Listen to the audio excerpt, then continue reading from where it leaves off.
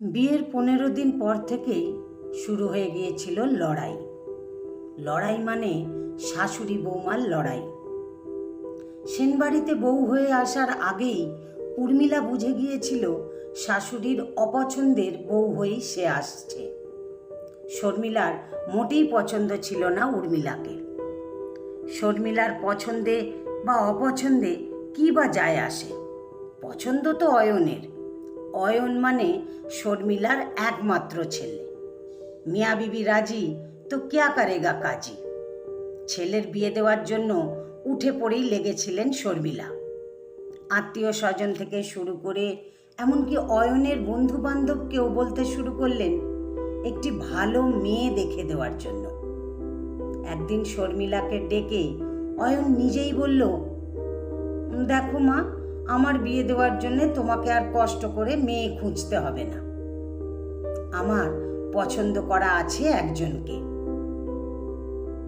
অয়নের কথা শুনে তো শর্মিলা অবাক। পছন্দ করে রেখেছিস? কাকে? উর্মিকে। উর্মি মানে ওই ঢিঙ্গি মেয়েটা, জিন্স পরে সেজে গুজে যে ঘুরে বেড়ায়? হ্যাঁ, ওই। ও আমি মানব না। অমন মেয়েকে আমি অন্তত বউ করে ঘরে আনবো না।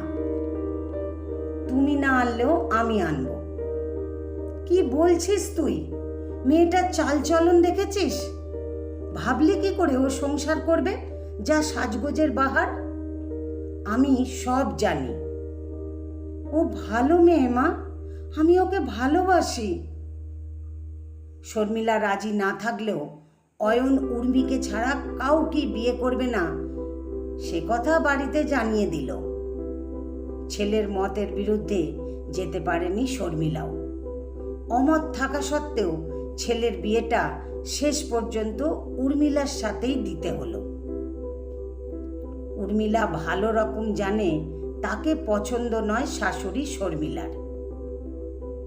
বিয়ের কয়েকটা দিন যেতে না যেতেই শুরু হয়ে গেল ঝামেলা।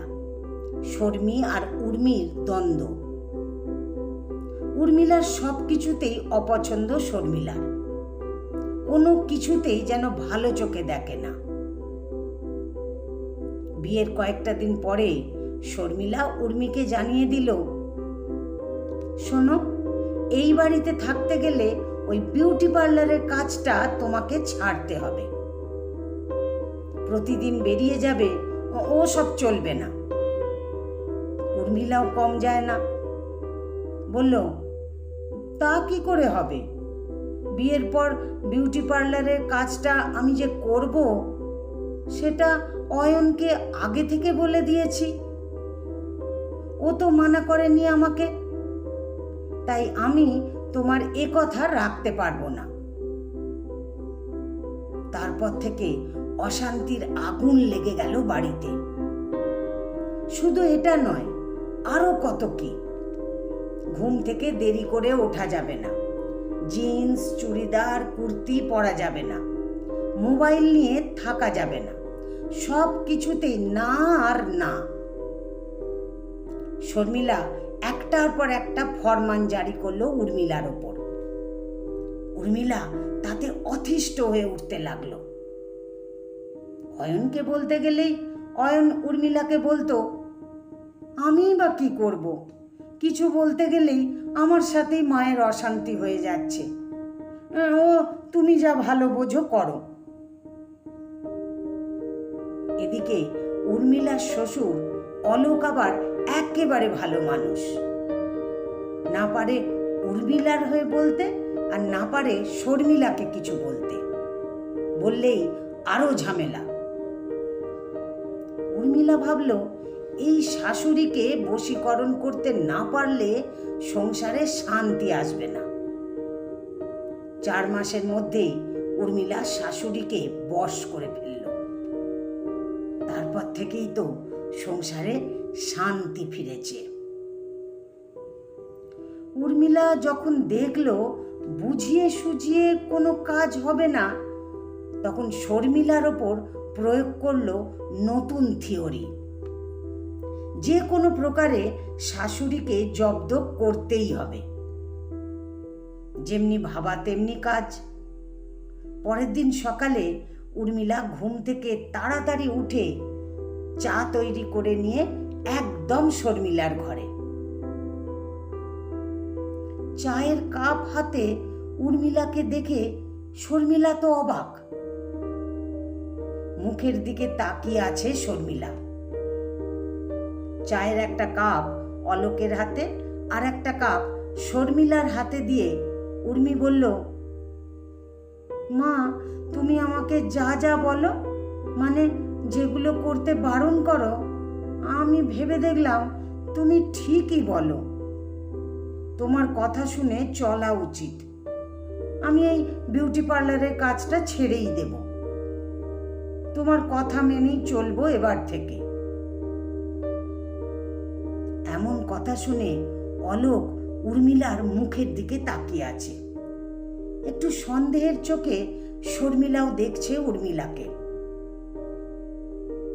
শর্মিলা কিছুক্ষণ চুপ থেকে একটু মেজাজ নিয়ে বলল, এতদিনে মতিগতি ফিরল তাহলে মহারানীর। মনে রেখো, এই শর্মিলা সেন কখনো ভুল কথা বলে না, যা বলে ভালোর জন্যই বলে। উর্মিলা একেবারে শান্ত সুরে বলল, হ্যাঁ মা, ঠিক তাই। ভেবে দেখলাম তুমি আমার ভালোর জন্যই সব বলছো। তুমি যা বলবে আমি সব শুনে চলবো। এবার থেকে শুনে চলো, দেখবে আর কোনো সমস্যাই হচ্ছে না। বাড়ির বউ তুমি, বাইরে বেরিয়ে বেহাল্লাপনা চলে না আমাদের ফ্যামিলিতে। হ্যাঁ মা, ঠিকই। আর একটা কথা, আমি তোমাকে একটা উপহার দিতে চাই। বিয়ের পর থেকে খুব ইচ্ছে ছিল তোমাকে কিছু একটা দেব, কিন্তু পরিস্থিতিটা এমন ছিল, আসলে তোমার সব কথা তখন তেতো মনে হতো। সেই খারাপ লাগাতে কিছু দিতে পারিনি। এখন আমি আমার ভুল বুঝতে পেরেছি।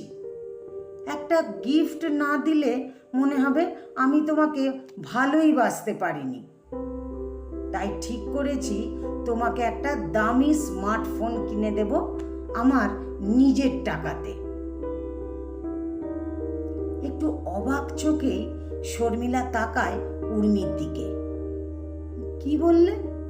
তুমি আমাকে স্মার্টফোন দেবে? কেন মা, তুমি নেবে না? সেদিন তো বাবাকে বলছিলে, শুনলাম সবার হাতে কেমন দামি দামি মোবাইল থাকে, আমার নেই। আমি শুনতে পেয়েছিলাম সে কথা, মন থেকেই আমি দিতে চাইছি। আমি না হয় তোমার শখটা পূরণ করব। উর্মির এমন আবদারের কথা শুনে অলোক বলে, দেখো, তোমার মনের ইচ্ছে পূরণ হতে চলেছে। বৌমা যখন দিচ্ছে তখন নিয়ে নাও, না হলে মেয়েটা কষ্ট পাবে। আমি তোমাকে বলেছিলাম তো, মেয়েটার যাই হোক মনটা অনেক বড়। তা না হলে কেউ এমন কথা করে বলে? শর্মিলার মুখে চোখে তখন একটা খুশি খুশি ভাব। উর্মির দিকে তাকিয়ে বলে, বেশ, তোমার যখন দিতে মন হয়েছে তখন দিও। ভালো একটা মোবাইল সেট বেরিয়েছে মা, আমি ওটাই পছন্দ করে রেখেছি, ভাবছি ওটাই দেব। আজ বিকেলে তাহলে তোমাকে নিয়ে গিয়েই কিনে নিয়ে আসবো। তা কত দাম মোবাইলটার? 20,000। অত টাকা আছে তোমার কাছে? 15-র মতো আছে। বাকিটা? চেনা জানা এক দাদার দোকান, আমি বলেছি 2 মাস টাইম দিতে, তার মধ্যেই বাকিটা দিয়ে দেব। তবে একটা কথা মা, তুমি আমাকে 2 মাস এই পার্লারের কাজটা করতে দিও। 5,000 টাকাটা তাহলে তাড়াতাড়ি দিয়ে দিতে পারবো। এই আবদারটা রেখো অন্তত। মাত্র তো 2 মাস, তারপর ঘরেই থাকবো। বেশ, তাই করো। তবে হ্যাঁ, কিন্তু ওই 2 মাস মাত্র।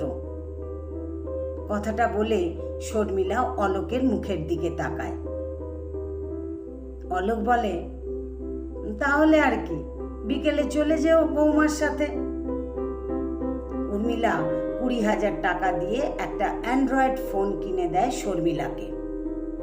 শর্মিলা বেশ খুশি, কিন্তু এত দামি মোবাইল নিয়ে শর্মিলা কি করবে? কারণ শর্মিলা তো অ্যান্ড্রয়েড ফোনের কিছুই বোঝে না। 2-3 দিন পর শর্মিলা বলল, আমি তো কিছুই বুঝি না এই ফোনের। উর্মিলা বলল, আমি তোমাকে সব শিখিয়ে দেব, তুমি সব বুঝে যাবে। এইভাবে সকাল আর সন্ধে অনুশীলন চলতে লাগলো শর্মিলার। মোটামুটি 15 দিনের মধ্যেই সব রপ্ত করে ফেলল। ইউটিউব থেকে শুরু করে হটস্টার, কিভাবে সিরিয়াল দেখা যায় সেটাও শিখে গেল। শিখল হোয়াটসঅ্যাপে চ্যাটিং, এই ঘর থেকে ওই ঘরে মেসেজ, শর্মিলার মেসেজ উর্মিলার হোয়াটসঅ্যাপে, গুড মর্নিং, গুড নাইট ইত্যাদি। তারপর একদিন উর্মিলা ফেসবুক প্রোফাইল খুলে দিল একটা। শিখে গেল ফেসবুক করা। যেখানে যত আত্মীয় স্বজন আছে সবাইকে অ্যাড করে নিল। 2 মাসের আনলিমিটেড ডেটা প্যাক ভরে দিয়েছিল উর্মিলা। আর শর্মিলাকে দেখে কে? এইভাবেই কেটে গেল 1 মাস। এদিকে উর্মিলা পার্লারের কাজটাও ছেড়ে দেবে। 1 মাস হয়ে গেছে, আর 1 মাস বাকি আছে। নতুন মোবাইল হাতে পেয়ে ওদিকে শর্মিলা বেশ স্মার্ট হয়ে উঠেছে।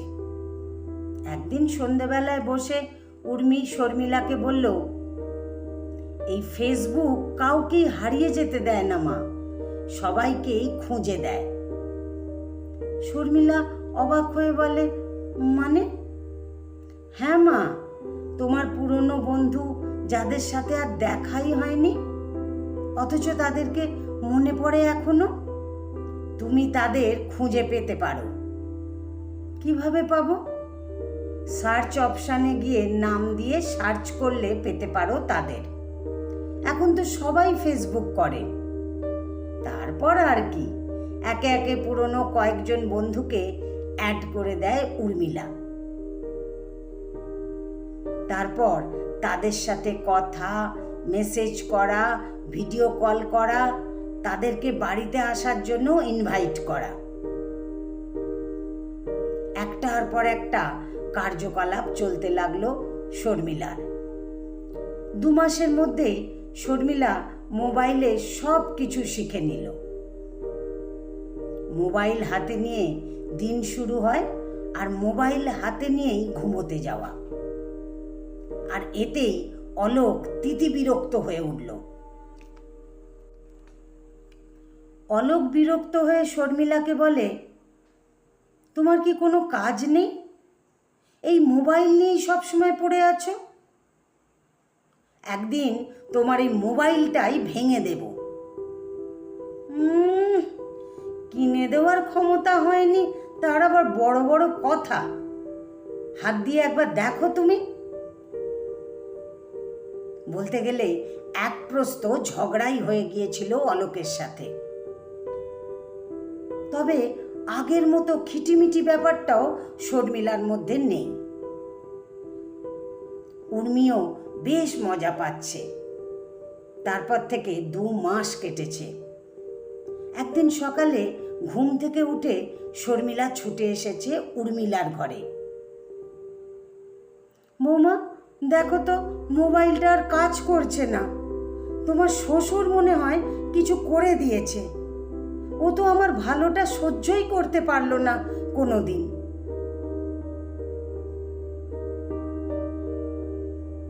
উর্মি মোবাইলটা হাতে নিয়ে বলে, ঠিকই তো আছে মা, তবে কিছুই করতে পারছি না কেন? নেট প্যাক শেষ হয়ে গেছে, রিচার্জ করতে হবে, তবে চলবে। রিচার্জ কত টাকা দিয়ে? আমি তো 2 মাসের জন্য তখন 700 টাকা দিয়ে করিয়ে দিয়েছিলাম। আবার রিচার্জ করলে তবেই চলবে। আমি রিচার্জ করে দিতে পারতাম, কিন্তু পার্লারের কাজটাই তো ছেড়ে দিয়েছি। তাহলে এখন কি করব? বাবাকে বলো যে রিচার্জ করে দিতে, ও করে দেবে। ও চায় আমার মোবাইলটাই খারাপ হয়ে যাক। শোনো, তোমাকে পার্লারের কাজ ছাড়তে হবে না। তুমি আজ থেকে আবার যাবে। আমি সংসার সব সামলাবো। তুমি যখন বলছো তখন পার্লারের কাজটা করব। এক কাজ করলে হয় না? তুমি যদি নিজের টাকা দিয়ে নিজেই রিচার্জ করো তাহলে কেমন হয়? আমি কোথা থেকে টাকা পাবো? আমি কি ইনকাম করি? তুমি ঘরে বসেই ইনকাম করবে। চলো দুজনে মিলে ইউটিউব চ্যানেল খুলি। তুমি তো দারুণ দারুণ রান্না পারো, একটা ভ্লগ চ্যানেল খুললেই তো হয়। দুজনেই রান্না করব আর দুজনেই মেকআপ করে সাজগোজের ভিডিও বানাবো। আমি তো এমনিতেই পার্লারের কাজ জানি। তুমি চাইলে আমি তোমাকেও শিখিয়ে দেব। আমিও মেকআপ করব? আমি পার্লারের কাজ করব? হ্যাঁ, তুমিও তো কম সুন্দরী নও। সব পারবে তুমি, চেষ্টা থাকলেই হবে। সত্যি বলছো? একদম সত্যি। 3 বছর হয়ে গেল। ইউটিউব চ্যানেলের নাম শর্মি উর্মির গল্প। দিব্যি চলছে। ব্লগ বানাচ্ছে, রিলস বানাচ্ছে। শাশুড়ি বৌমার কাজ লাখ লাখ লোক দেখছে। এদিকে নিজের মতো করে সাজছে, এখানে ওখানে ঘুরে বেড়াচ্ছে। এখন দুজনেই দেরি করে ঘুম থেকে উঠছে। কেউ কাউকে কিছু বলছে না। শর্মিলা উর্মিলা দুজনেই বেশ জনপ্রিয় হয়ে গেছে। দুটো নাম এখন একটা হয়ে গিয়ে ওদের সবাই চেনে এখন শর্মি উর্মি নামে।